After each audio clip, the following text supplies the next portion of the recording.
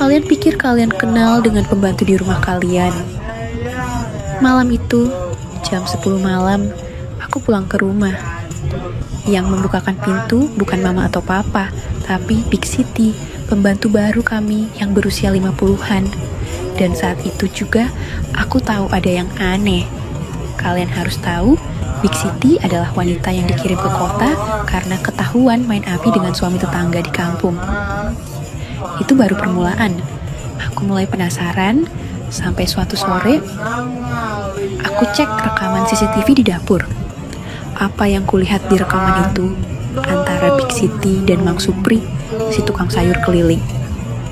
Cukup untuk membuat orang tuaku memecatnya saat itu juga.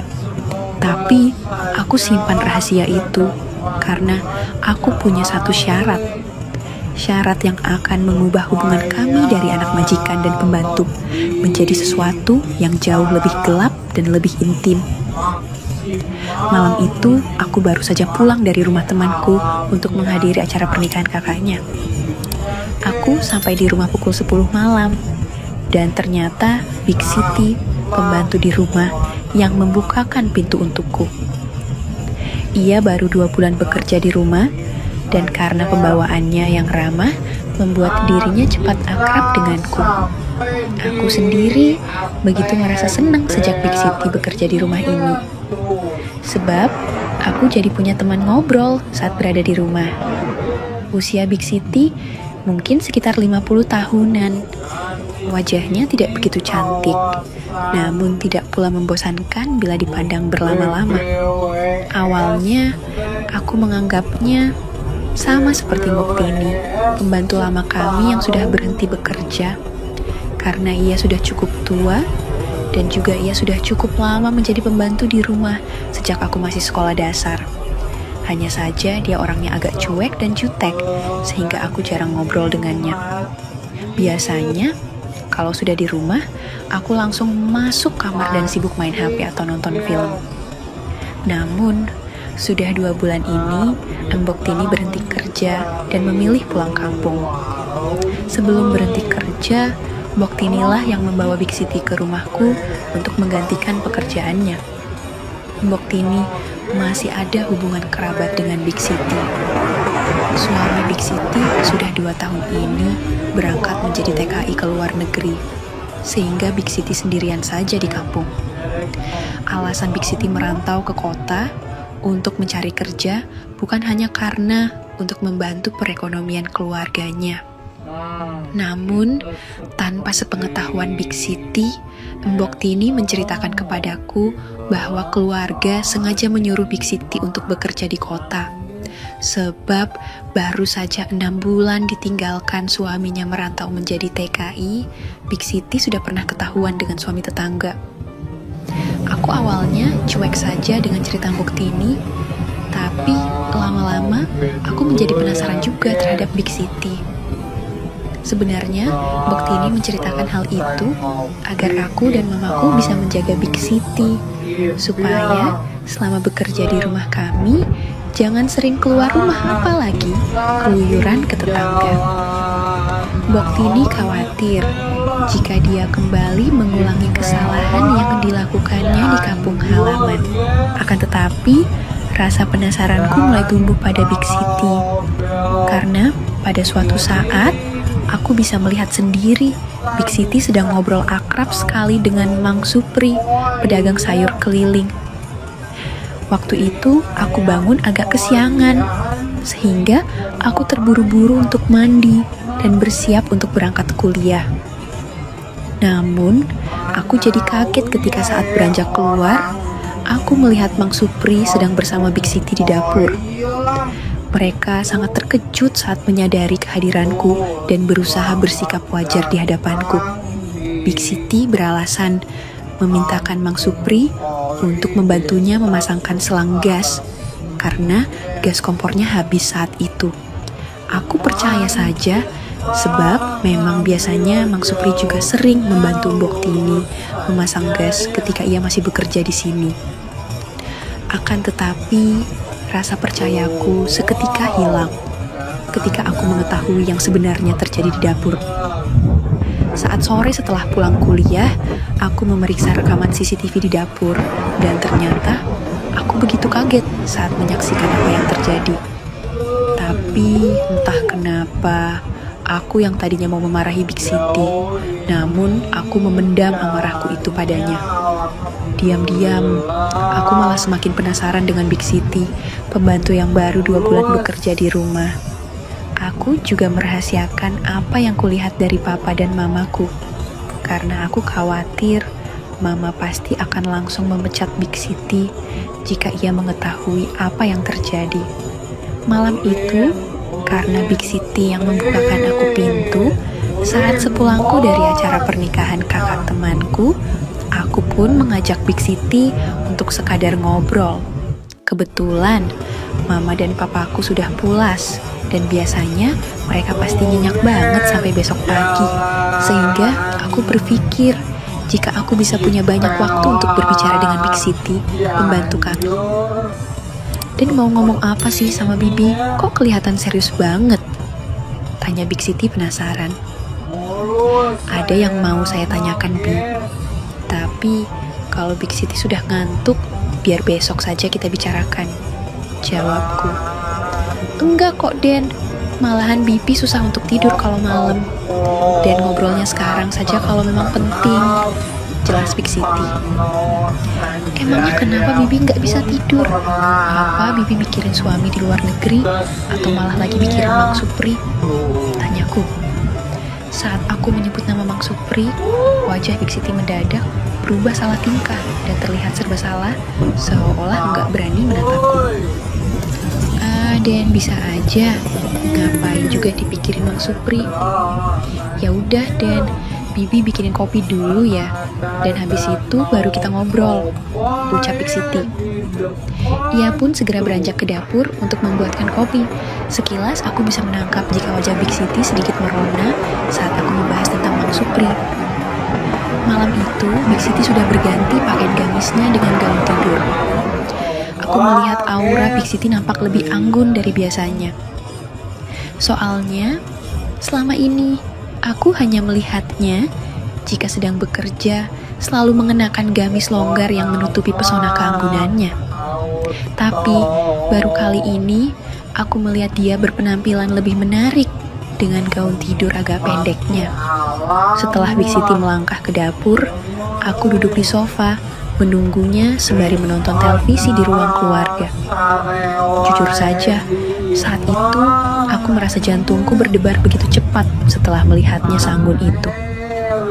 Iya, namanya juga aku masih muda di usia 21 tahun dan masih sangat cepat terpengaruh dan begitu sensitif dengan pemandangan alam yang seperti itu.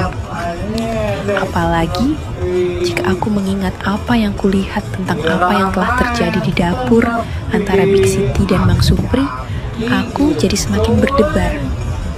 Big Siti memang tidak begitu cantik, namun dia memiliki pesona yang lumayan menonjol. Aku pikir pantas saja jika suami tetangga di kampungnya sampai nekat mendekati Big Siti yang ditinggal suami merantau. Demikian juga Mang Supri yang nekat masuk ke dapur hanya untuk bisa demikian itu dengan pembantuku. Tak lama kemudian, Big Siti sudah kembali lagi dengan membawakan secangkir kopi untukku. Ia meletakkan gelas kopi di meja kecil depan sofa. Lalu Big Siti duduk di sampingku. Minum dulu, Den, biar santai kita ngobrolnya, ucap Big Siti setengah berbisik kepadaku. Iya, makasih kopinya, Bi. Saya minum dulu, jawabku. Sambil menyeruput kopi, aku melirik Big Siti yang duduknya sangat dekat di sampingku. Dia pun menatapku sembari mengulas senyum penuh makna kepadaku.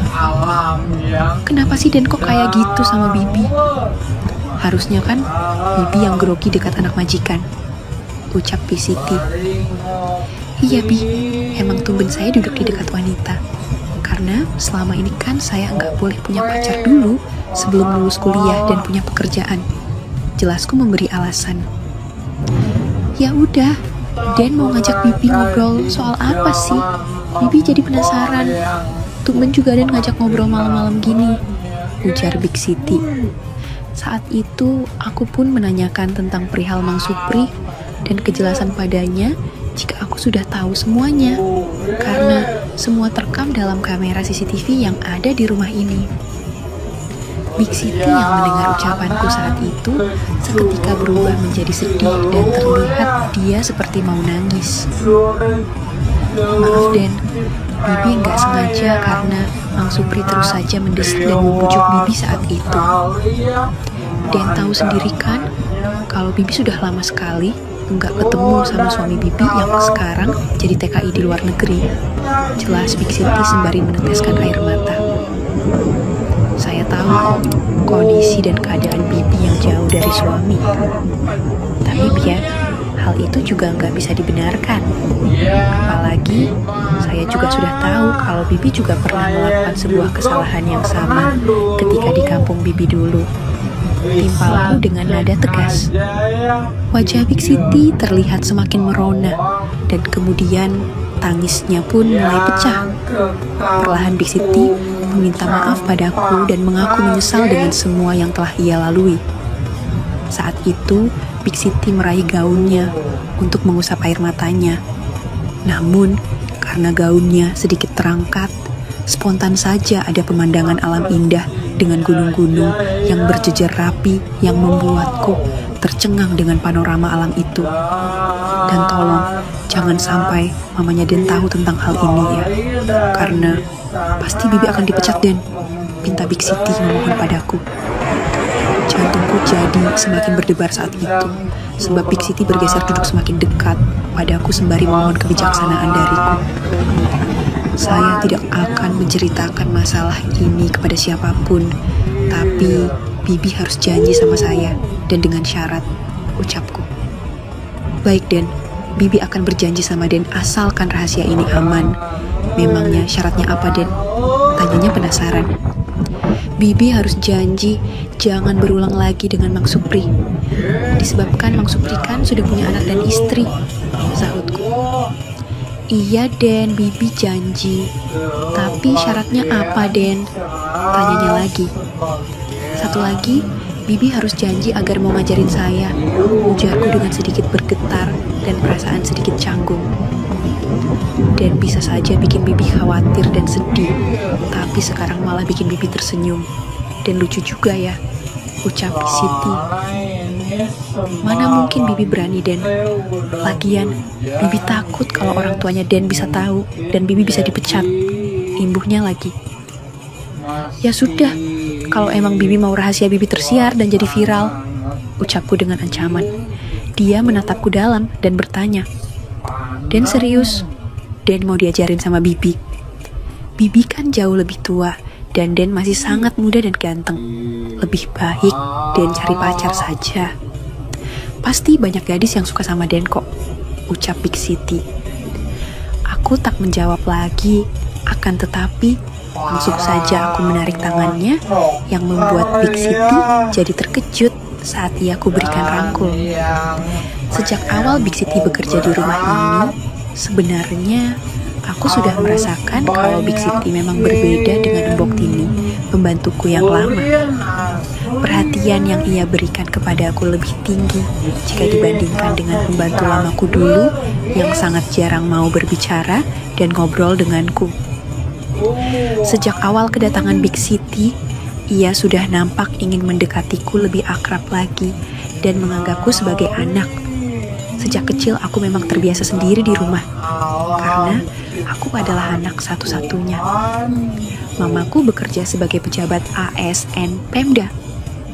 Begitu pula dengan papaku. Aku memang sering menyendiri di kamarku, karena orang tuaku sangat memproteksi diriku hingga aku menjadi seorang introvert.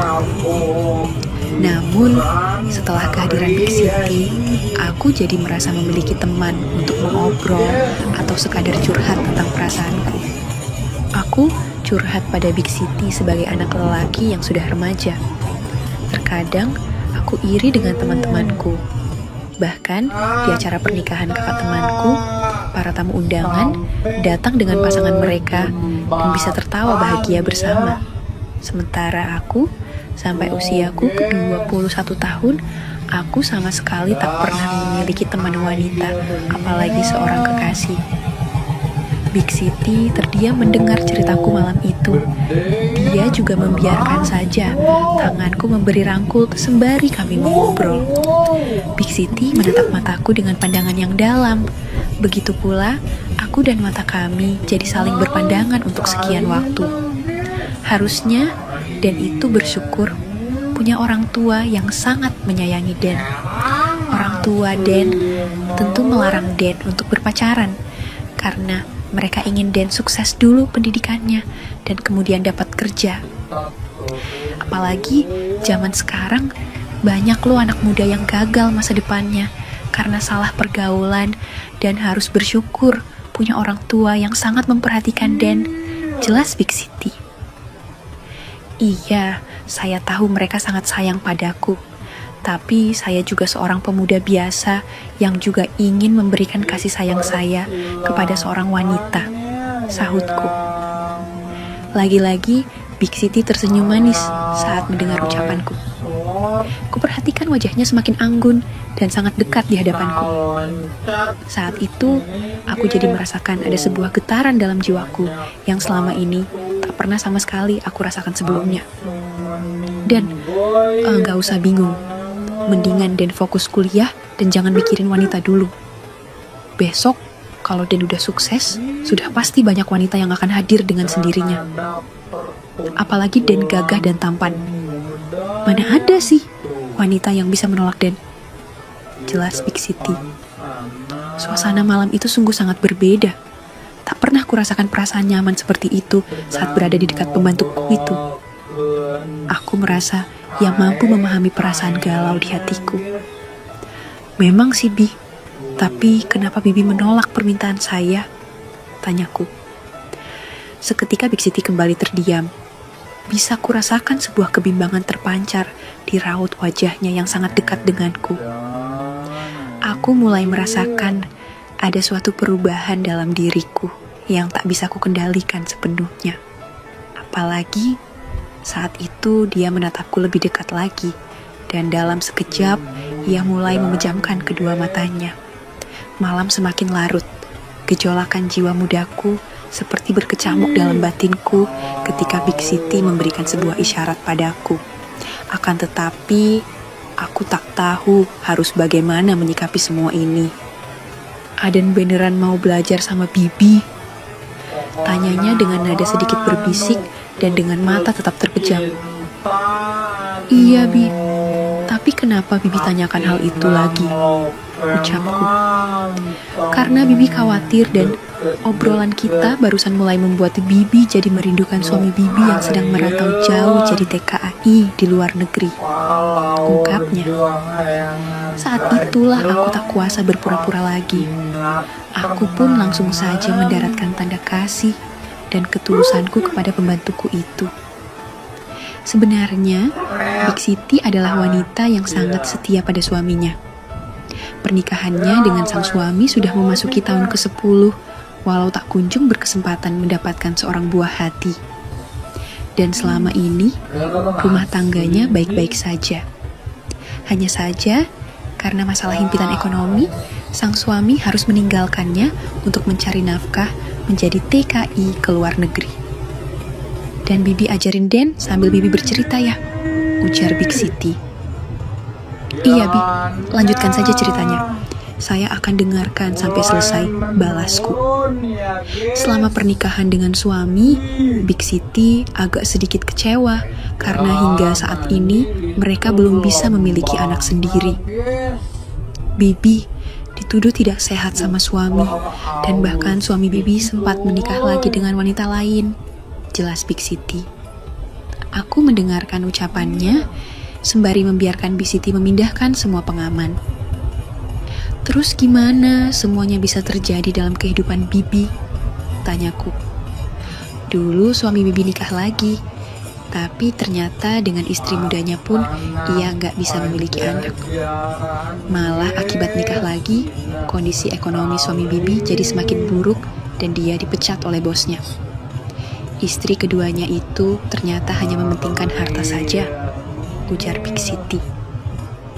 Aku tetap mendengarkannya dengan seksama dan kulihat jam sudah menunjuk pukul malam dan televisi masih menyala di hadapan kami. Ia terus bercerita sembari berpindah tempat. Ia mengaku kecewa dengan suaminya. Apalagi di saat merantau menjadi TKI yang harus menanggung biaya keberangkatannya ialah Bibi sendiri. Emangnya dari mana Bibi mendapatkan uangnya, Bi? Sembari tanganku terus berjalan kemanapun ia kehendaki. Big Siti melempar senyuman yang sangat manis padaku sebelum menjawab pertanyaanku. Bibi mencari uang dengan melakukan apa saja, dan Bibi terpaksa meminta bantuan juragan bokir, tuan-tuan tanah di kampung Bibi, sahutnya. Ia terus bercerita, namun sesekali ia terlihat sibuk sendiri dengan apa yang mulai menarik perhatiannya. Malam itu, aku jadi mengerti kenapa Big Siti sampai melakukan kesalahan bersama suami tetangga di kampungnya. Aku juga jadi paham kenapa ia tak mampu menolak rayuan dan bujukan dari Mang Supri, pedagang sayur keliling itu. Dan mau diteruskan ceritanya, Den? Tanya Big Siti dengan lirik tatapan mata yang dalam membuat jiwaku terasa terbang dan melayang semakin jauh. Iya, Bi, teruskan saja ceritanya. Oh ya, tapi saya merasa haus dan ingin melahap 2 buah-buahan yang segar itu, Bi, ucapku. Iya, gak apa-apa, Den. Bibi akan cerita sambil Den makan buah-buahannya, balasnya. Di kesunyian malam itu, Big Siti menceritakan semua pengalaman hidupnya. Sementara di waktu bersamaan, ia memberikan sebuah pengalaman dan juga pembelajaran yang selama ini tak pernah kudapatkan.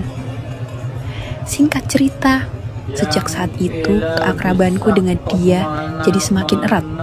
Tidak lagi seperti pembantu dan anak majikan. Orang tuaku ikut senang melihat perubahanku yang bisa bersikap menghargai pembantu. Big Siti juga berjanji tak akan mengulangi kesalahannya yang tempo hari dengan pedagang sayur keliling. Namun, diam-diam kesalahan yang sama justru tertimpa bersama diriku, yaitu anak majikannya sendiri. Kisah kerjaanku dengan terus berlanjut hingga akhirnya suaminya selesai kontrak sebagai TKI dan kembali ke kampung halamannya. Inilah kenanganku bersama Big Siti dan akan selalu kuingat dalam hidupku. Nah, kawan-kawan romansa nyata, di akhir cerita ini kita melihat bahwa hidup seringkali tidak sesederhana yang terlihat di permukaan. Kisahku dan Big Siti yang bermula dari rahasia dan ancaman mengajarkan kita satu hal. Setiap orang membawa beban dan kekosongan mereka sendiri. Big Siti mencari penghiburan dan perhatian yang tidak ia dapatkan dari suaminya yang jauh, hingga terjerumus pada kesalahan berulang dengan Mang Supri, bahkan denganku. Sementara aku, sang anak majikan, mencari koneksi emosional dan kasih sayang yang terhalang oleh proteksi berlebihan orang tua. Kita semua pada dasarnya hanya berusaha mengisi kekosongan. Pesan moralnya bukan untuk menghakimi, justru sebaliknya. Pesan moralnya adalah kita harus selalu mencari jalan keluar yang benar dari setiap masalah dan kesepian, bukan jalan pintas yang merusak seperti yang dilakukan Big Siti dan bahkan aku sendiri. Lebih baik fokus pada pendidikan, karier, dan membangun diri seperti nasihat Big Siti kepadaku, daripada membiarkan rasa hampa menuntun kita pada pilihan yang kita sesali seumur hidup. Ingatlah, menunggu tanpa kepastian itu menyakitkan, tapi mencari kepastian dengan cara yang salah bisa menghancurkan segalanya. Jadi, bagaimana menurut kalian? Apakah Big Siti benar-benar korban keadaan ataukah ia memilih jalan itu? Tuliskan pendapat jujur kalian di kolom komentar di bawah, karena diskusi kalian sangat berharga bagi kami.